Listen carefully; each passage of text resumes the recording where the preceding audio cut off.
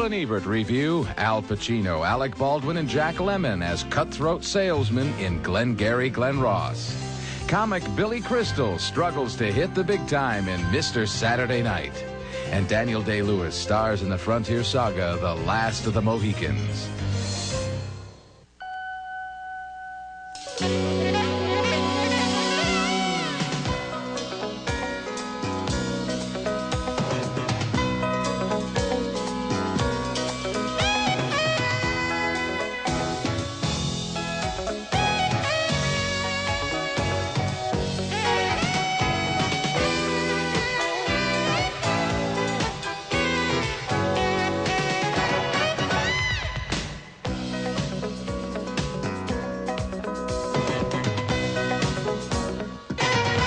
Heading west to Kentucky. There is a war on. How is it you are heading west? Well, we kind of face to the north and real sudden like turn left.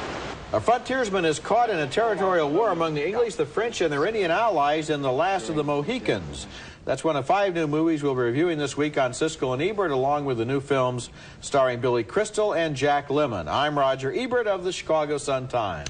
And I'm Gene Siskel of the Chicago Tribune. Our first film is The Last of the Mohicans, and this is a gorgeous film that evokes America's past, recognizes the violence and beauty of the Indian warrior, and is marred only by a conventional movie love story. The film is set in the 1750s in upstate New York as the French and the British employ various Indian tribes in their effort to dominate the American territories. The key players in the love story are Hawkeye, Daniel Day-Lewis, the Oscar winner for My Left Foot, as the English-speaking scout raised by Indians who helps the British and falls in love with Cora, Madeline Stowe, as the daughter of a British officer. On a trail, they're drawn to each other despite their differences that mark the British for Hawkeye as a breed apart.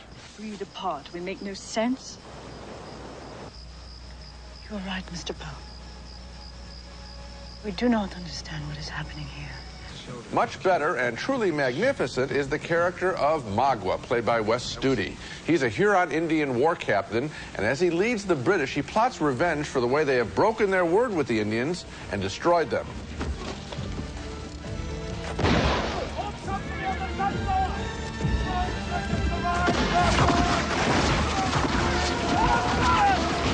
Back to the corny and the beautiful. In a lovely but overblown scene, Hawkeye takes leave of Cora, vowing as the vengeful Huron Indians approach that he will catch up with Cora sometime, somewhere. Stay alive, no matter what occurs. I will find you. Great Spirit and the maker of all life. As the film concludes, we get a single scene that encapsulates the strength and the weakness of this movie. The couple in love stands together with an Indian warrior. He's played by Indian activist Russell Means, and we can't take our eyes off him. Tell them to be patient and ask death for speed. For they are all there, but one. I think it's the last of the Mohicans. He seems real. The lovers seem made up. But he lingers in our mind. I felt great sorrow looking at him, sad that his breed was wiped out. He isn't a movie Indian. He seems more real than the cuddly Indians of even a fine film like Dances with Wolves.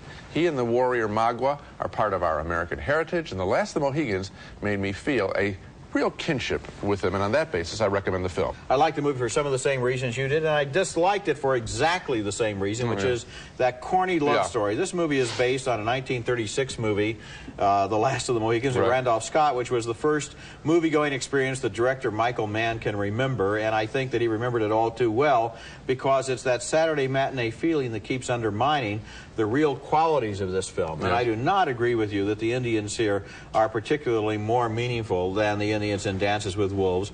I also don't feel that the decor and the set decorations and the way that the Indians are shown to live is nearly as authentic as in a movie from last year called Black Robe, which showed it as much grittier and down to earth and not so movie pretty as this film. Well, I thought that the natural landscape, there's a gorgeous shot of a bridge that opens the film. I'm sure you remember that shot, and I thought, boy, this takes me instantly back to that time, which is not that long ago, really, in terms of world history, part of our country. And I did feel for the culture there. I felt that he was at least honest in terms of the violence. Sometimes that's kind of sugar-coated. That's what I meant by Dances with Wolves. Right, now see, when you talk about the violence here, it's more like conventional movie violence where people jump out of the woods and shoot each other. If you remember Black Row, which was not a movie that I particularly I know, I liked it. I'm You surprised. liked it more than I did. A lot more. Remember, it was like, you know, hard instruments against flesh and bone. It was real violence rather than this more colorful. You know, the scalping, Roger's pretty rough in this picture, so I think that's an example of. Well, in other words, I'm recommending it, but not necessarily at the high level of praise that you're giving it. No, well, okay, I think actually we're pretty close. But we know the weakness, we know the strength. Okay, next movie. Our next movie is Innocent Blood, a cross between a vampire movie and a gangster movie, and not a very good example of either one. The movie is narrated by Marie, a lonely and hungry vampire who lives in Pittsburgh and rejoices when a gang war breaks out because now she can dine on the blood of gangsters and disguise her killings to look like mob assassinations. The only problem is her method of operation leaves behind a lot of clues. The vampire is played by the intriguing French actress Anne Parriot, and her voiceover narration sets a tone that establishes her character in only a few words. He felt promising, but his eyes were sad. Anthony LaPaglia plays the cop who begins to suspect that the murder epidemic may have a supernatural origin. The only reason he's still alive at the end of this scene is she's falling in love with him. You are under arrest. Stay away from me or I'll kill you! Robert Loggia stars as the mob boss who is first to discover that for a criminal, it might actually be advantageous to be already dead. After all, then how can anybody kill you? You really whacked me. But there ain't no blood. The big payoff in the movie is when the gangsters become vampires, and that is an intriguing idea, but Innocent Blood doesn't do very much with it. The gangsters stand around with silly grins looking like happy vampires and biting the throats of new recruits, while countless story possibilities are wasted. In fact, this whole movie seemed like good ideas thrown away on a careless script. Nothing adds up to very much, although I did enjoy Anne Parriot's performance as the vampire. You might remember her from that really good French film of a couple of years ago, La Femme Nikita. And once again, this time, she's tough and winsome at the same time, able to commit violence while always looking vaguely innocent. Yeah, I think they really blew it. This is director John Landis, the Blues Brothers, Animal House. I think that he's a pretty good action director, but I think it's... The slapstick comedy really doesn't work here. Yeah. The most exciting part is Anne Parriot in some very erotic scenes. I thought if they had just made an erotic vampire movie with her and LaPaglia, they have chemistry when they're, I mean, obviously she's naked part of the time, so it's pleasing to look at. The point is, I think that if they had focused on that element of the film, it could have had an explosively good picture. Are you familiar with some of the vampire novels by Anne Rice? Not at all. Set down in New Orleans. I know the names. That kind of feeling that she has in her books was captured in the best scenes in this movie. And then you have other scenes where Landis will throw away the whole reality of a scene just to get an obvious gag or some kind of a movie in-joke, as if his friends can enjoy it at a screening somewhere, and so that the reality is constantly being violated. The only scenes that work are between the two of them. Coming up next, Billy Crystal directs his first movie, a bittersweet comedy about a show business veteran known as Mr. Saturday Night. Is that a toupee? No, well, I, for one, was fooled. Buddy, young fanatic of the universe. He knows all of your routines. He worships you. So? So he's casting a picture. There's a big part. The character is named Buddy. He wrote it to be you, but he thought you were dead. Wait, I'm not? That's Billy Crystal, of course, made up as an old stand-up comic known as Mr. Saturday Night, a film that is better in its bitter moments than in its sweet ones. Crystal plays the character of Buddy Young Jr., a Jewish horse belt comic who loves nothing more than getting a laugh as he tells a young woman he's drawn to, Julie Warner, looking more grown-up than she did in Doc Hollywood. Boom, and I got them. They're mine. They can't take anymore. It's the best feeling in the world.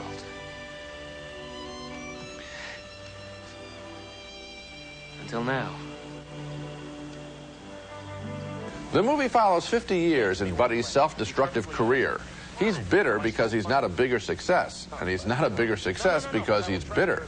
If you say to me that I'm not funny, then I will also retire tonight right here. I'll eat a lychee nut and go to bed. Oh, God, I can't So tell me, am I funny or am I not funny? Will you stop it? Am I funny or Will not you funny? just stop it already, Am I funny or not funny? Tell me, You're not that funny. Suffering most of Buddy's tantrums is his older brother, Stan, the best character in the movie, played so very well by David Paymer. You may remember him as one of the Ice Cream Brothers in Crystal's last picture, City Slickers. I can't do this anymore. Do what? This. This, what I do, schlep work. Like you said, I drive the car, I watch the act. Stan, I didn't mean anything by that. You know, it's after the show, stuff is still flying out of my mouth. Well, face it, buddy, I'm the brother.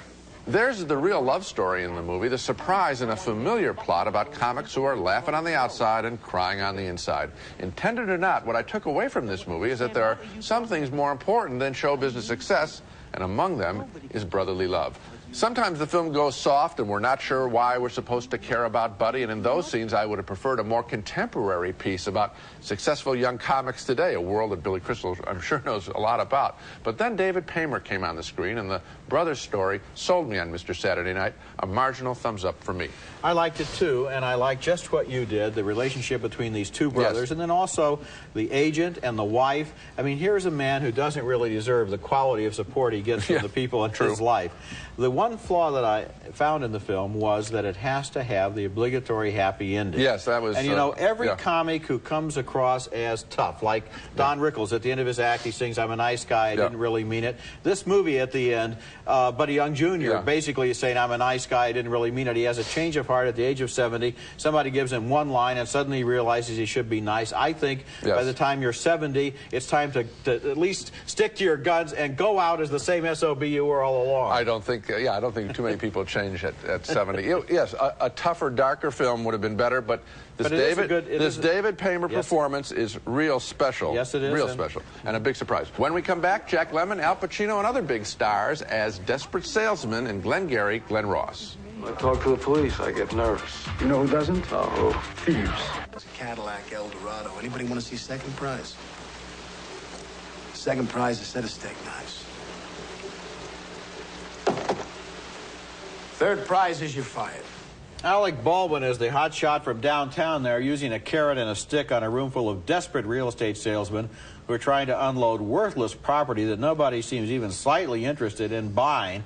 And their despair is at the heart of Glengarry, Glen Ross, an inspired new movie with great performances and a screenplay of lacerating anger by playwright David Mamet.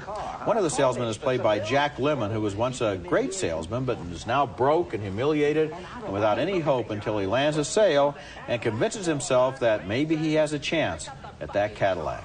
Rick, 8 units Mountain View. Sold 8 Mountain. You bet your ass. Who wants to go to lunch, huh? Who wants to go to lunch? I'm buying it. Lemmon is terrific in this movie. And how did he sign those prospects? He explains his techniques to another salesman, played by Al Pacino. Know what I did? I locked on them. I locked all on them. Nothing on me, on them. And oh, God, I am holding my last thought. Now is the time. Meanwhile, speculation centers around a group of names called leads that the salesmen have convinced themselves are hot prospects.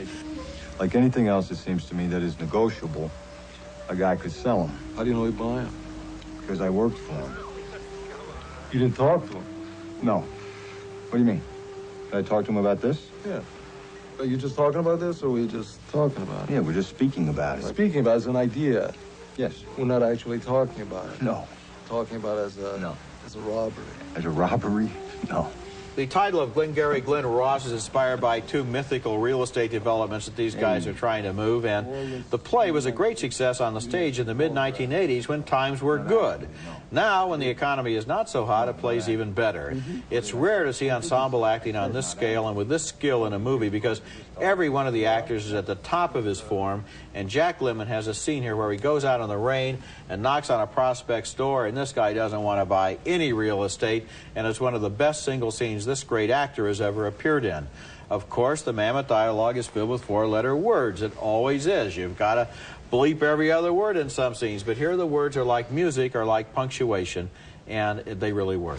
I like the film a lot. I loved the play. This is one of my favorite plays, and I think there are times when I heard the words and the action seemed a little stagey for me, but at the same time, at the end of this, I was so wired up that I took some notes, and one of the things I wrote down as I walked out of this movie is if a salesman were to call me in the next hour, I would have picked up the phone and shouted an obscenity into the phone and slammed it down at them because I was so pumped up. And okay, I'm empathetic toward their situation. If a salesman had called me, I might have even listened.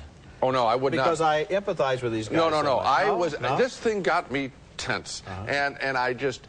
hated to see the manipulation there. I empathize a little bit with them, but they're trying to steal people's dreams. No, see, we both like this movie, and we saw a different movie, because what I sympathized with was that here are guys who are broke. Of course. Lemon has his wife in the hospital. The others can't put food on the table. They can't feed their families. They've got worthless leads. They're on the phone calling people that don't want to hear from them.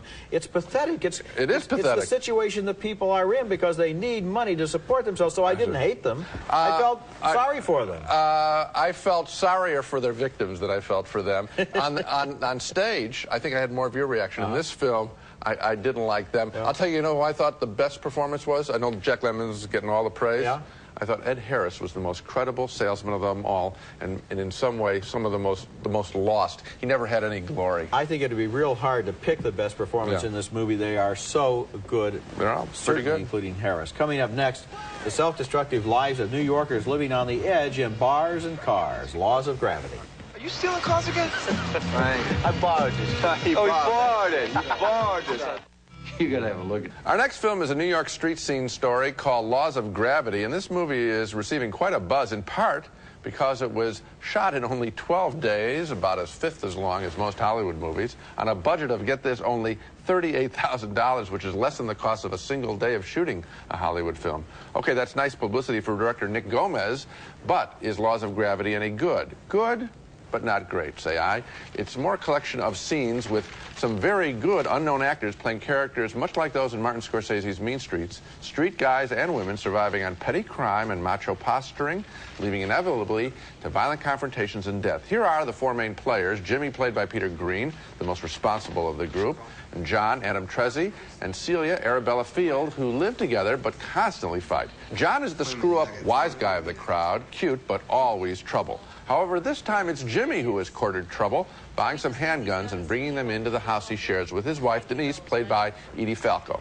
Oh, baby, look, I'll put on one somewhere. No, you know what I was thinking? What? I was thinking that we should have Mr. McGonagall come over and take a look at these things, right? Shut up. He'll tell us more about them or something, right? It's not like it's, violating your probation having these sitting here in the house, right? I don't know, babe. Why don't we call him on the phone? Yeah, and we'll find out, we should call him. Another good ensemble scene is when the boys meet up with two petty criminals, a scary small guy named Frankie, just out of jail, always ready to fight, well played by Paul Schultz, and a big lug named Sal, played by Saul Stein. You still got busted together, right? Not really. What do you say? Hey, you share the same cell there? Hey, in fact, that guy's the uncle of my sister-in-law. Who's that? Eddie Dombowski. Eddie? He says you ratted him out. What? Laws of Gravity is more a film of moments than anything else, circumscribing a group of people who are ruthless and self-destructive. We want to warn the women to get away from these men. Only recommends the movie more because we do care that much. I look forward to Nick Gomez's next film, which I trust will be less derivative from the films of Martin Scorsese. To the degree that he is derivative of Martin Scorsese, at least he's picked a good model. And I like the fact that this movie is a series of moments, as you say, and not an artificial plot that's trying to organize action that really doesn't follow from A to B. These people are too disorganized to really get a plot going. And what the movie played like for me was like you pick up the paper on Monday morning and you read about some guy who shot outside a tavern on a Saturday night, and this is the backstory. This is about how a certain kind of lifestyle can produce violence, even though nobody particularly wants violence. I think some of them, at some level, Roger, do want it. I think they do, because I think it solves the problem of what to do with the rest of their lives. I mean, they just don't think in big plans. I guess if you're dead, you don't have to plan ahead. Yeah, when we come back, our weekly video pick, another film in the distinctive style of David Mamet.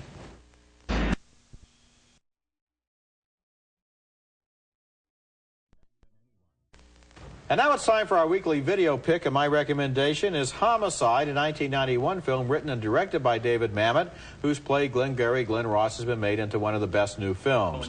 Homicide stars Joe Mantegna, one of Mamet's favorite actors, as a weary and cynical Jewish policeman who gets called into a case he should care about, but doesn't. I got a call downtown. The Jewish guys, they got this clout. The doctor wants you. You were there. You're his people. You're on the case. I'm his people? I thought I was your people, Lou. The first hour of this movie has some dialogue passages in it as well written as anything I've ever heard from the screen. Then the plot takes over and the movie loses some of its energy, but Homicide is a small masterpiece of tough talk and I recommend you watch it on home video. Now let's take another look at the movies we reviewed this week. We both voted thumbs up for The Last of the Mohicans, but we like the Indian story more than the love story.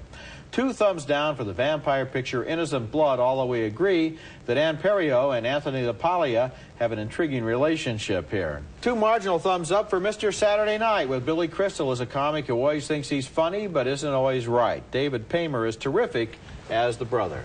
2 enthusiastic thumbs up for Glengarry Glen Ross, with great performances right across the board. And we also like the performances in Laws of Gravity, a slice of life from the streets of New York. So, Glengarry Glen Ross in a fairly good week. You bet. And I think that of all the performances, David Paymer is the big surprise, along with the whole cast, the new cast of Laws of Gravity. That's it for this week. Next time, we'll be back with more big new fall movies, including Hero, starring Dustin Hoffman, Gina Davis, and Andy Garcia, and a comedy about heroism and the media, and also Mr. Baseball with Tom Selleck as an American player in Japan. That's next week. And until then, the balcony is closed. They're cooler and fresher than ever. New sugar-free Velements in breathtaking flavors. Cool refreshment Velements. New Blue Ultra 5, the longest-lasting automatic toilet bowl cleaner. Blue Ultra 5 cleans and freshens your bowl for up to 5 months. Brute. It captures everything that makes a man in one great scent. Brute, the essence of man. Stork Chocolate Reason. If you like chocolate, then you'll love Reason. Extra chewy chocolate caramels covered with a rich chocolate coating.